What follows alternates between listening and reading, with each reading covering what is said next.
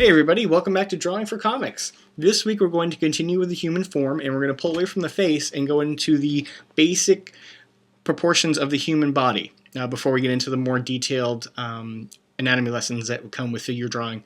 You can see here I have 3 models that I sketched up quickly before recording the video. They're on a proportion guide to kind of show us different proportions that are used in drawing. All of these, I will say before we go into it, are idealized proportions. They aren't necessarily proportions you always will view in nature, and of course those proportions are going to vary from person to person. But these are the ones we use a lot of time in cartooning and comic book art. Okay, so the first two we have here, we have a male figure and the female figure. They're both about 8 heads tall. Using heads to measure proportions and height and things like that is a common tool in a lot of drawing, a lot of illustration, not just in comics. If I take the figures away, if we just kind of hide this layer for a second, you can see I have a bunch of heads here all lined up, all stacked up on top of each other, just like that. Okay, now we take one head unit and use that to measure the rest of the body. So you can see this figure is 8 heads tall, this figure is 8 heads tall, and this one is 8 heads tall and a half. And you see I have the line going through, halfway through that head. If I bring the figures back so we can see them, you can kind of see how that plays out. The heels of these two characters rest on that 8 head line. This character comes down in his heels. His feet are down on 8 and a half heads. Different artists will use different proportions based on their own needs or their own tastes. I typically use the 8 heads model. Some people will use 8 and a half heads, especially for heroic figures. Sometimes artists will use more than one. They're normal, everyday people, the supporting cast members, people in the crowds. They'll be 7 or 8 heads tall, while the heroes are all 8 and a half heads tall. The proportions and using the head to measure those proportions also applies to the width of the body. The female characters are usually about 2 heads wide or so. This character you can see is about 3 heads wide. A lot of times the average character will be 2.5, maybe 2 1/3 heads wide. And on this one you see this character is also a little bit more than 3 heads wide. And a lot of times superheroes will actually be drawn about 4 heads wide to give them those really nice broad shoulders, really muscular, superheroic look. Here I just did a few heads wide on each of these just to kind of demonstrate the basic concept. I personally a lot of times will use 3 heads even for my heroes. Sometimes I go 4 heads, sometimes more if I'm drawing a really, really huge character, a really bulky character. So let's hide these figures here for just a second. Let's start a new layer. And let's go in and actually draw some figures on this model to kind of give you guys an idea of how this is going to work. Okay, so here we are. We're zoomed in on this first proportion template where the female figure was. And we're going to go in and lay over a female figure just to give you an idea of how all this works. And actually what I think I'm going to do is I'm going to bring the figure drawings from before back. I was going to do this without them, but this might actually just kind of demonstrate to everybody how these lay in. So let's change the color on the brush here. Let's go to like a red color, just to kind of differentiate everything. So let me come in over the head template here. Let's roughen a new head. And you don't have to worry about this being perfectly round, especially if you're doing this traditionally on pencil and paper. You know, don't be afraid to find the shape, to draw kind of like these circles like this kind of thing to find the shape you want. You know, that's still how I do it on paper. Actually that one was pretty good almost with the first one. I still do this on paper, this part. I'm not really a fully digital artist yet. So, you know, I'm constantly making sketchy lines to find my shapes. So don't be afraid to do that. I do that a little less when I'm working here on the tablet. But don't be afraid to do that, even digitally, if you need to at first. I'm going to come down here. You see how the neck here comes down about maybe a quarter of the way down, a third of the way down of this first or the second head here. And in fact, I'm going to take this down all the way here and sketch out the neck. And then at this point, this is where we'll put in the collarbone. So, you know, the chest, as I say, ends just below that second head. Which means there's quite a bit you actually have to fit in the second head. So really getting these proportions down and what fits where is really helpful. So we'll put the collarbone in right about here, and it's going to be a straight line. And I'm going to, of course, use the shift key and see if I can get this to cooperate with me. And do that. If you're really worried about making it straight and you're doing this traditionally, you can use your ruler, of course. And, you know, as I said with the head, you can just come in, you know, and just kind of sketch it out. You know, just, and that was really a terrible example of that, but just come here and just kind of sketch it, you know, and find your line. To keep things kind of clean, though, I'm going to use the straight line just to help things get cleaned up. So we have our neck roughed in. We have about where we want our collarbone to be. And as you can see, actually, when we get into the figure, it'll be a little bit of an angle. But for the purpose of mapping things out, that's exactly what we want to do. A lot of people will do these little circles at the ends of the collarbone line, and that's to kind of denote where the shoulder is going to attach, which is fine. If you want to do that, that's fine. Some people do it, some people don't. There is seldom ever only one right way to do anything, so whatever works for you is really what you want to do. Next, what we're going to do is come down a little bit, and we're going to put in the rib cage area.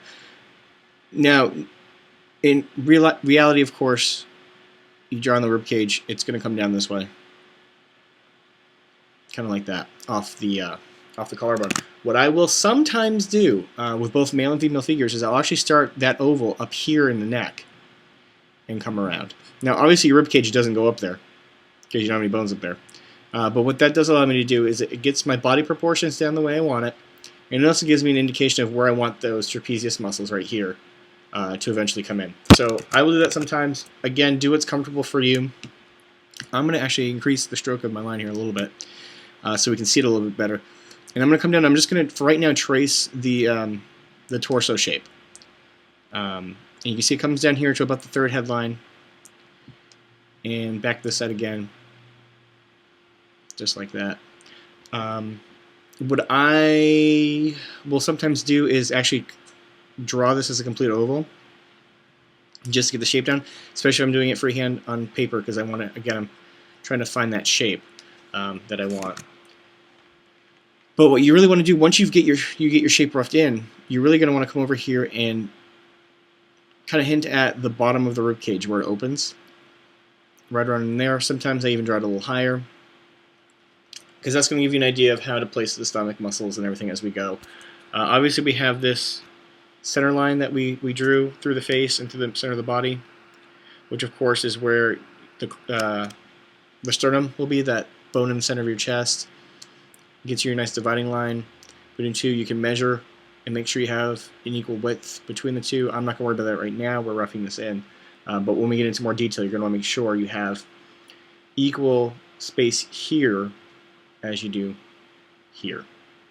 And we'll get to that in a minute, just down the road here. So I've got my torso in there. I've got my upper body in. I'm going to skip the arms for now. The arms are going to come later.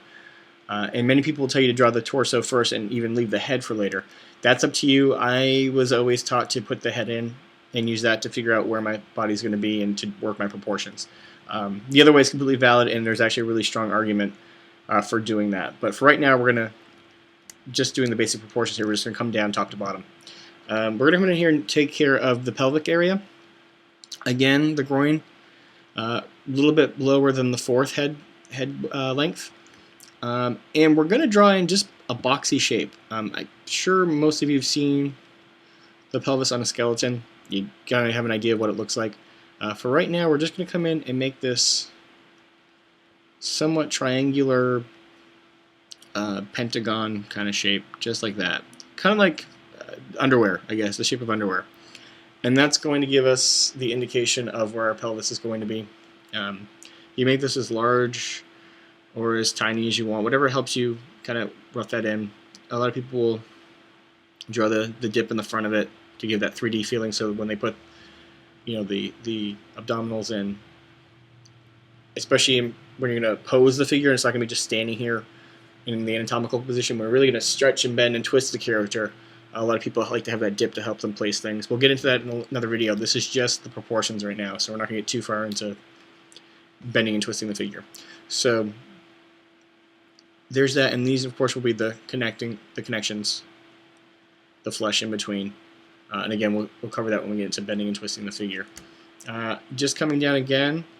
Again, some people will put the actual hip line in, just like they did with the collarbone. and then put in those little circles to show where the legs and everything are going to connect in general. And as you see, actually the middle of the leg is actually right in here. But again, just to keep everything in proportion for their gesture drawing, which we'll get into again in another video, we'll use those. And again, whatever's comfortable for you. When I'm drawing the leg, I'll come in and usually just use kind of an oval shape to rough out the leg. And again, this is something we'll get into when we do gesture drawings and twisting and bending the figure and doing dynamic posing. But just to kind of rough them in, I'll do these basic oval shapes. I'll usually put a circle or something in for the knee, just to kind of show where that's going to be, and then come down and do another oval shape for the leg. Now you'll notice I'm not doing, let's take this back for a second, I'm not going to do this detailed shape like this that you see in the lower leg. Not yet. That's something I'll do as I refine the figure. All I'm going to do is right out from where the knee is, the top of that circle I made, I'm just going to make a basic oval that basically looks like the exact same shape as I did for the upper leg. That's pretty much it. And then around the ankles, sometimes I'll do a ball, sometimes I'll just extend the leg down, whatever kind of I'm feeling at the time, whatever kind of makes sense to me in that moment. And then I'll put in the foot, and here what it's going to be is actually just going to be this wedge shape, really. Just like this, just to kind of show me, about where my feet are going to be. I'll do the same thing on the other leg, just make these, just rough in these ovals. And kind of there it is. Let's come back just a little bit, see more of the whole figure. And you can see how we've roughed all this in. Proportion-wise, you can see that the fourth head stops right about here. So that's about where our hips are. You'll see the upper leg is about 2 heads. The knees are right about the 6th head. And then you've got pretty much 2 more heads from the knee to the heel. And I think you'll see that if you ever are standing and you take your knee and bring your knee up to your chest, you should see that this part here is about the same length as this part here. Your knee comes just about up to your collarbone for most people. Everybody's proportions are a little bit different, so you're going to have slight differences in proportion and things like that. And then from the knee to your heel, when you fold it up, it goes right about from your knee to your bum area. Your heel should come right up about there. You kind of kick yourself in the butt kind of thing. Again, everyone's proportions are slightly different, but you have that basic rule of thumb that you can use.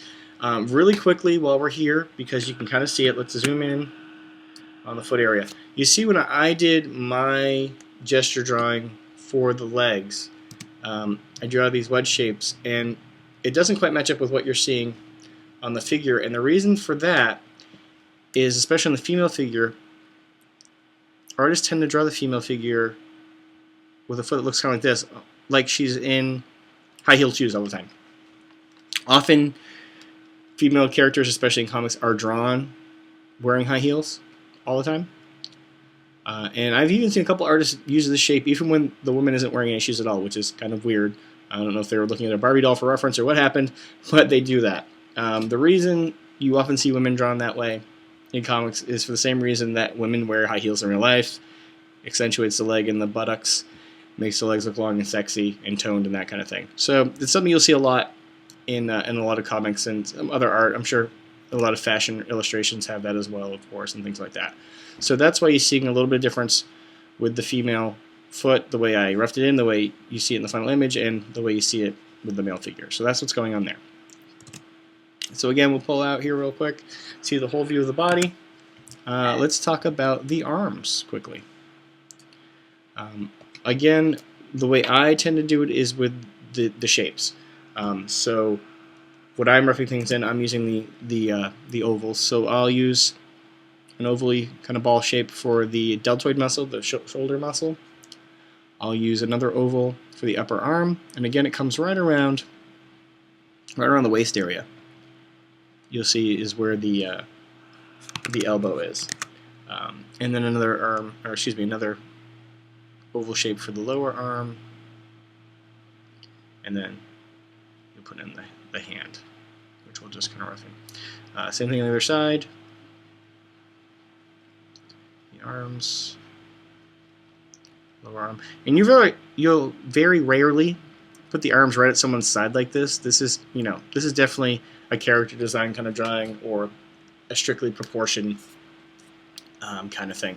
So, normally the arms would be kind of bent and out to one side or the other or doing something. This is a very basic position just to show the basics of proportions. Let me take this off of this arm and let's look at another way this is done. And again, we'll go over this more when we do dynamic figure posing and things like that. Is a lot of people will come off the shoulder line here, the collarbone line, to where they drew that circle for the shoulder, and they'll come down with a line for the arm, and then maybe do another circle at the elbow, and then do a line for the lower. Oh, that's horrible because your arm does not bend that way. They'll do another line for the arm, the lower arm, kind of like they're building a skeleton. They have bones. I tend to not do that version too often. Obviously, it's perfectly viable. A lot of artists do it that way. I prefer just to get these organic shapes going and build my figure from that. Again, it's personal preference. And then one quick thing before we go, let me just clean up this arm just so it's a little bit clearer. And get rid of this here too. Here in the torso region, we've got the chest area that we were talking about earlier. What I will do after roughing kind of all this, and sometimes even right in the middle of it, is put in the chest. And like we were saying, we want the chest to be from this line to the center line and from this line to the center line to be even, to be equal in size. So a lot of times what I'll do is I'll come in, sometimes following this line or sometimes adjusting it because I see that it's off. I'll come in and I'll rough in a chest. Now there's two different ways I do it. Sometimes, probably most of the time, I'll kind of rough it in as one piece, kind of like that. Come here and do that. Sometimes I will do the different chest muscles and rough those in. And my tablet is being a little awkward right now. I get a little lag here, but just like that. And I'll measure it and kind of make sure that I have equal space here and here. And then I'll build off of that the musculature of the body. But again, we're going to get into that at a later time. So that's the proportions on the female figure. We'll go over, and I'll do one for the male figure. I don't want to keep this video, I don't want to make this video much longer. So I'll probably do the male figure in time-lapse, just so you can see the difference between, the differences and similarities between roughing out the male figure and the female figure. But I think that's the basic, gives you a good idea of the basics of the proportions. So let me go in, do this again on the male figure so you can see that, and then I'll come back out of time-lapse and we'll finish this video up. Okay, so I'll be back in just a minute.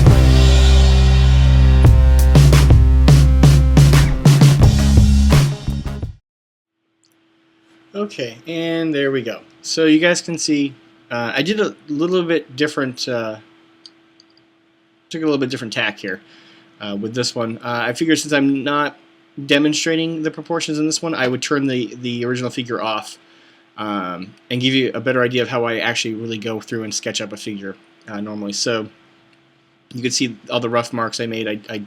It's very sketchy. It's very loose. Which is the way I do normally work in pencil. I went over some in black just a little bit just to kind of better define some of the areas because it did get pretty messy. But you can kind of see basically how I do it. And then from here I just go through and further refine it and tweak the proportions until I get it the way I want. You'll notice it's probably not exact if we bring the figures back, excuse me.